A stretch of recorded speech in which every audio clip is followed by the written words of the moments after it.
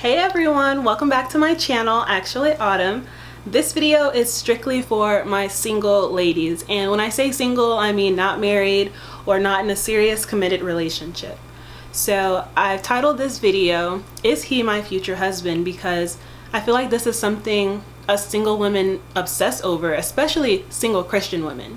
I mean, I can't tell you the amount of times I've had a conversation with different girlfriends about the guy that they're interested in and if he could be or if he is their future husband. I mean, even I have been obsessing over it with the guy that I'm interested in. So this is just something I wanted to address because truth is I'm tired.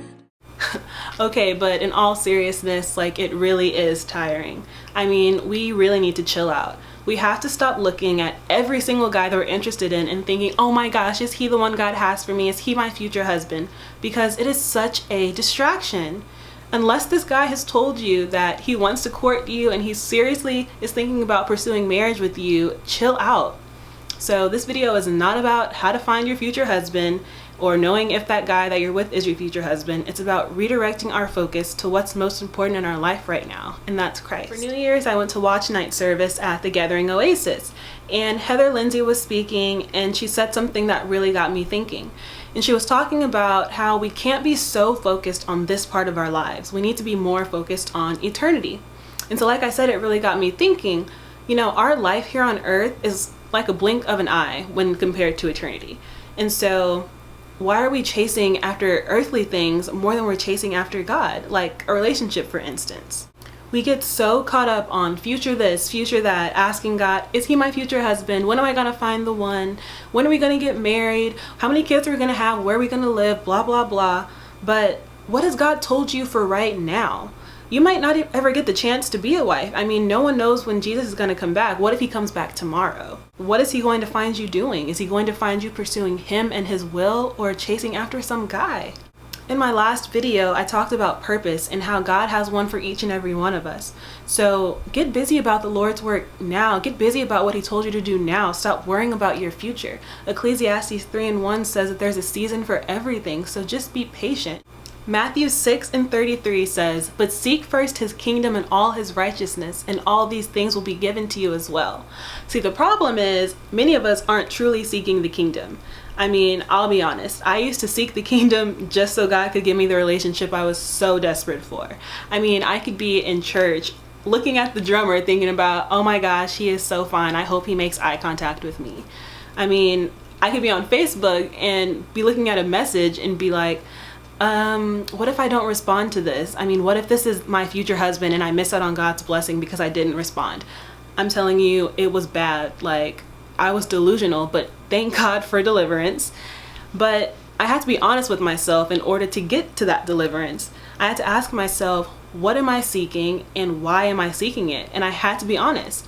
So if you're like me and you're pursuing a relationship with another human being more so than you're pursuing a relationship with Christ, then be honest with yourself. Ask yourself these questions. Many times what we're looking for is something that God has already provided for us inside of the kingdom, which is why he tells us to seek it first. You're looking for companionship, friendship? Jesus is the best friend you'll ever have.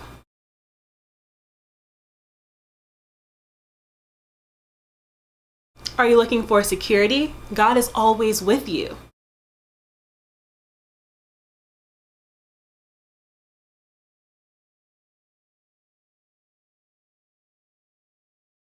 Are you looking for love? God is love.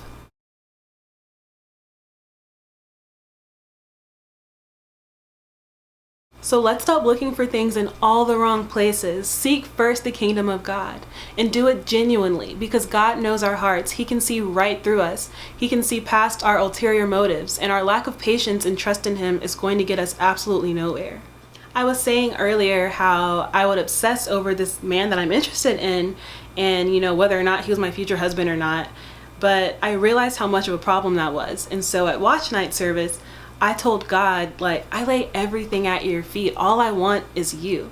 And so I told God, like, hey, if you need to remove this guy from my life, then do it, because I want you to know how serious I am about seeking you and your kingdom first. And so now, like every morning when I wake up, like I make it a point to sit before God and just talk with him. And you know, throughout the day we speak to each other, and before I go to bed at night I make it a point to spend time with him, and I'm intentional about reading my word, not only reading it but also trying to apply it to everyday life. And I even switched my ring. So my grandma gave me this ring for Christmas, and it used to be hers when she was younger. So I was at first wearing it on my right ring finger, but I switched it over to my left ring finger just to symbolize my commitment to Christ. And it's only been like 2 weeks now, but I've never been this content in my life before. I've never been this content in my singleness. And the crazy thing is, like, when you're truly seeking God's kingdom first, all those things that are going to be added to you as well, they're not even on your mind anymore. Am I still interested in the guy that I'm talking about? Yeah. Do I still want to get married one day? Yeah. Do I obsess over the fact that it might be to him?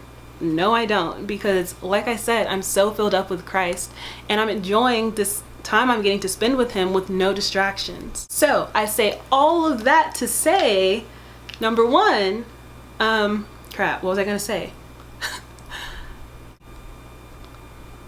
Oh yeah, number one, stop giving everyone a chance because you feel like they might be your future husband. Okay, and number two, if you are talking to someone already or you're interested in someone and it's early on, don't obsess over the fact that that person or that guy might be your future husband. Stop trying to rush things, because I feel like I said earlier, we've made relationships idols when we should be pursuing Christ instead. And you know, when you pursue Christ, all that other stuff doesn't matter. So let things happen in their due season. Not saying let someone waste your time, but work on you becoming a whole person first before bringing someone else into the picture. So yeah, that's all for today. I hope that you got something out of this, and yeah, subscribe to my channel and follow my blog on actuallyautumn.com. I'll see y'all next time. Bye.